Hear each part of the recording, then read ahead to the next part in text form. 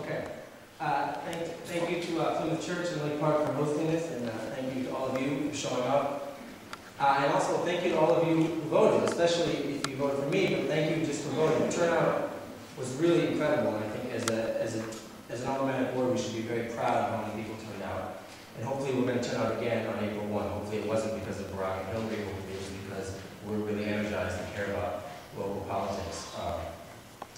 From the beginning, this campaign has been about listening to you for over 8 months now. First when I was running against the incumbent, and then when I was running against the crowded field. I've been listening to you at your front doorsteps, on the street, at public meetings, in your living room. And in the primary campaign, the message that we had time to give was pretty much boiled down to 3 main points: that we needed safer streets and homes, that we needed the wise use of tax dollars, and that we needed development that will stand the test of time. Now we have a little more time, so we can get into a little more depth about how I got to this position, how the campaign got to this position, and what are some of the issues that we're going to be fighting for over the next several years when I'm on the county council. I grew up in this city. I grew up just a few blocks to the south of here on Downright Bellevue. I went to Riverside High School. I love this city, but I know it could be better. I've known for a long time that government is important, that people getting together is important. I spent some time in New York City right after the Twin Towers were attacked in 9/11. That was a very different time, back when it was thought that the United States had some moral authority. And one of the jobs that I did there was at the Council on Foreign Relations. And I was there in 2002 and 2003, and I watched the chattering classes talk themselves into a war that most of them now regret. And from there, from the frustration of seeing what happens with international power structures, I began to realize that the kind of change we can realize, real change, if it's going to happen, it's going to happen on the local level. And so that's what this campaign has always been about. It's been a bottom-up campaign about bringing your voices, bringing our voices directly to City Hall. If our voices are heard, what are the kind of things we can achieve on the local level? All we have to do is look not far from here, either to the east or the west, and realize what a tremendous environmental resource we have. We have 20% of the world's fresh water. We have 3 rivers that meet and pour into Lake Michigan. It is very important that we are good stewards of this. I fully support the Great Lakes Water Compact. I also fully support and have participated in the Milwaukee River Work Group, which is a tremendous example of proactive community planning.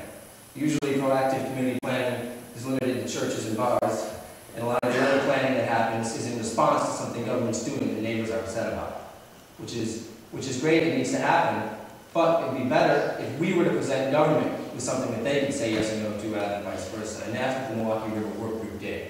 They said, before there's a controversial development project coming, this is an important and unique and irreplaceable environmental greenway which enhances the value of all the properties nearby. So we're actually taking a pro-development stance by saying don't develop between the bluffs and on the bluffs, develop within limits so that we can maintain this incredible resource.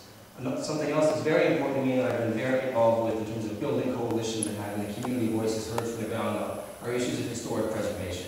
And there's been several projects lately that I'm sure most of you are aware of where it's been obvious that there is a void in the outside of government preservation community advocating for this. And this is something we need, and this isn't because what we've been having lately is 11th hour protests. And nobody wants 11th hour protests.